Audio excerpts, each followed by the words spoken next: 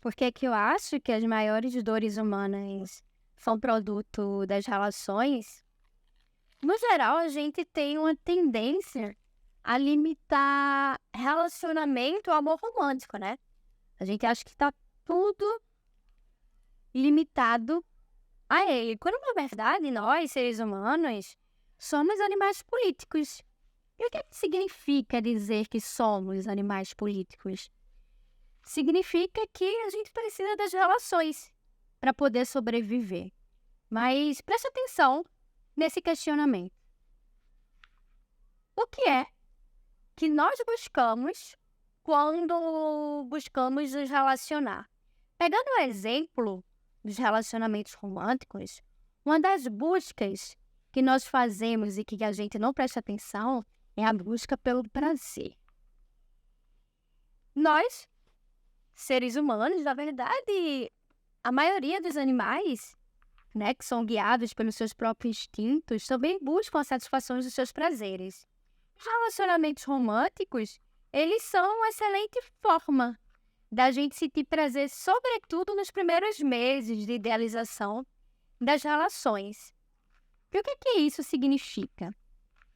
Significa que por trás dessa busca pelo prazer se esconde também uma outra busca, que os relacionamentos falam sobre nós, que é a busca pela validação.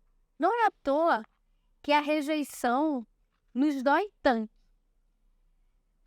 Um dos nossos prazeres humanos está muito relacionado ao prazer da validação, do se sentir amado.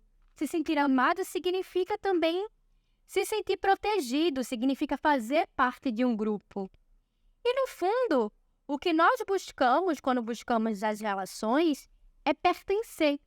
Essa noção de pertencimento, ela nos dá também segurança. Se a gente pensa até um pouco sobre a história da humanidade, se éramos, né, há alguns séculos atrás, expulsos da nossa tribo, dos nossos bandos, significava dizer que a gente poderia morrer, né, isolado dessa tribo. E aí, buscar pertencer, nós que somos animais políticos, significa uma noção de identidade, de segurança, de pertencimento, coisas que são fundamentais, inclusive, para o nosso próprio bem-estar. E aí, nós, quando buscamos o prazer das relações, de forma muito inconsciente, a gente busca por isso também. E aí, a gente precisa entender que essa satisfação, ela está muito atrelada também a uma noção de poder ou de potência. Tem um filósofo que eu gosto bastante, que é o Spinoza. O Spinoza, ele fala que as relações elas podem provocar bons e maus encontros. Os bons encontros, esses que nos geram afetos alegres, que a gente pode pegar a exemplo o início de um relacionamento romântico, ele faz com que a gente sinta uma potência de agir muito grande. Enquanto os maus encontros, geralmente são esses relacionamentos que nos causam atritos e tal, eles baixam a nossa potência de agir. Eu acredito que todo ser humano busca, de fato, se sentir mais potente. A busca pela potência humana, ela é extremamente natural, é o que faz com que a gente permaneça existindo. E essa busca pela potência também está presente dentro das relações. Ora, somos também animais políticos. O que significa dizer que somos animais políticos? É que é graças à existência de um grupo, de uma tribo, de uma nação, de uma sociedade que nós, enquanto espécie, permanecemos existindo e vivos. E como a política ela é também a arte da estratégia e do interesse, nas relações a gente pode obter aquilo que nós buscamos. Para mim, um dos maiores problemas, de fato, quando a gente pensa na nossa dificuldade de se relacionar, é que a gente não tem muita certeza do que a gente procura dentro de uma relação. E bem, uma relação, ela é, antes de tudo, fruto de um comportamento. E todo comportamento, antes de ser uma ação, ele se origina primeiramente aqui, ó, no mundo das ideias. Um comportamento é também fruto de um padrão de pensamento. E se eu não aprendo a pensar corretamente e entender o que é que me motiva dentro de uma relação, seja ela amorosa, seja ela familiar, seja ela de trabalho, seja ela uma relação entre amigos, as nossas relações, elas acabam sendo muito influenciadas pelos nossos afetos. E às vezes esses afetos, né, não são tão alegres assim. É por isso que elas, em muitos momentos, nos causam certo desconforto. Nós temos uma tendência a buscar essa validação do outro. Isso está muito atrelado também ao nosso próprio narcisismo, né? O narcisismo é uma etapa do desenvolvimento humano e todos nós temos traços narcisistas, né? Uns maiores do que os outros, mas essa busca, né, do nosso narciso que nos habita, buscamos, sobretudo, o reflexo do ideal que nós temos de nós mesmos no olhar do outro. O Sartre dizia que o inferno são os outros. O que é que os infernos são os outros? Porque, bem, o modo como o outro nos enxerga vai determinar como a gente se sente.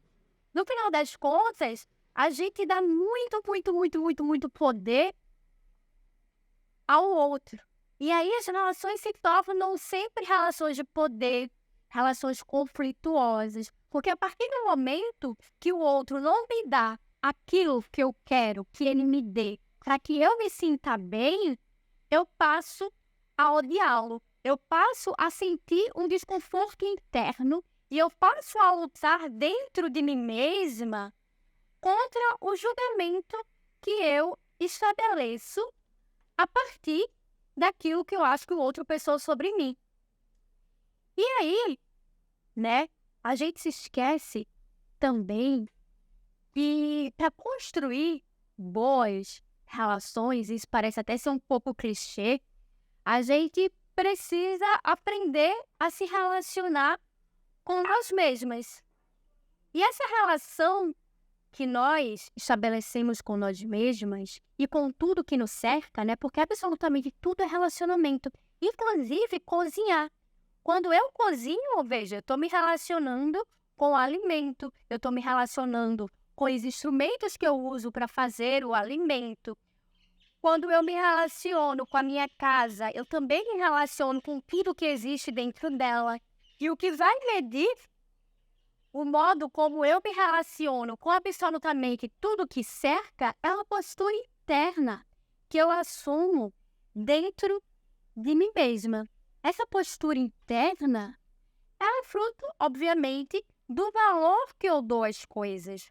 Quando eu limito as relações apenas para que elas me obtenham prazer, né? Do prazer vindo da validação, de massagear o meu próprio ego e a minha própria identidade, eu acabo assumindo uma postura um tanto quanto autoritária em relação ao outro, porque eu passo a viver muito mais de expectativa. E uma vez que essas expectativas elas não são atendidas, eu me sinto frustrada. É por isso que eu acredito que as nossas maiores dores advêm, né, dessas relações. Afinal, um dos propósitos do ser humano para viver em sociedade é que a gente aprenda a se relacionar. No entanto, quando as minhas relações são pautadas apenas em interesses pessoais, é óbvio que há fortes chances de uma relação me frustrar. E aí, a minha potência de agir, ela diminui completamente. O que eu preciso, então, fazer para que as minhas relações se tornem relações que são bons encontros e que influenciam a minha potência de agir. É necessário que eu assuma posturas internas que me possibilitem desenvolver bons relacionamentos com absolutamente tudo que me cerca. Porque aí os meus relacionamentos serão reflexo daquilo que eu sou e não daquilo que eu quero que o outro me dê. Construir uma lasanha é também uma forma de se relacionar. E quando eu aprendo a obter prazer dentro dessas atividades e assumir uma postura interna que me possibilite me relacionar de forma mais saudável com o ato de cozinhar, eu acabo construindo um padrão de comportamento que me possibilita também me relacionar de forma mais genuína com o outro. A felicidade é a arte de aprender a se relacionar, porque a primeira forma de relacionamento mais importante de todas e que acaba mediando todos os outros relacionamentos é o pensamento. Quando eu aprendo a me relacionar com o meu próprio pensamento para que ele se torne um pensamento justo, eu desenvolvo essas posturas internas que eu tanto falo, para que ela influencie a minha ação e a minha postura diante das demais relações. Quando eu desenvolvo um padrão de pensamento que me possibilita entender quais são os meus limites, quais são os meus valores e o que eu espero de uma relação, eu consigo ter muito mais clareza no meu comportamento e muito mais justiça no meu julgamento que eu estabeleço em relação à ação do outro. Eu acredito muito na importância da gente criar melhores vínculos com absolutamente tudo que nos cerca, porque esses bons vínculos gerarão uma sociedade onde as relações de poder não farão mais tanto sentido assim. E é quando a gente supera essas relações de poder, de dominação, de tentar manipular o olhar do outro sobre nós, é que a gente consegue estabelecer relações de troca cada vez mais genuínas. Para que eu possa criar um vínculo de intimidade que me faça crescer enquanto ser humano, eu preciso, sobretudo, ter algo para dar ao outro. A maioria de nós é tão egoísta, tão mesquinho, tão vaidoso, que só espera receber. E é óbvio que quando a gente só espera receber e não tem absolutamente nada para ofertar ao outro, as nossas relações se tornam cada vez mais superficiais e empobrecidas. Então, a arte de se relacionar começa, sobretudo, com a capacidade que a gente estabelece para aprender a servir. Para que eu crie um vínculo genuíno, desprovido de relações de poder com o outro, eu preciso, primeiramente, ter o que ofertar ao outro. E eu só consigo ter o que ofertar ao outro quando eu crio, dentro de mim mesma, relações íntimas com meu próprio pensamento e posturas internas que favoreçam a construção de um tesouro interior que me possibilite fazer uma relação de troca que aumente não apenas a minha potência de agir, mas a do outro também.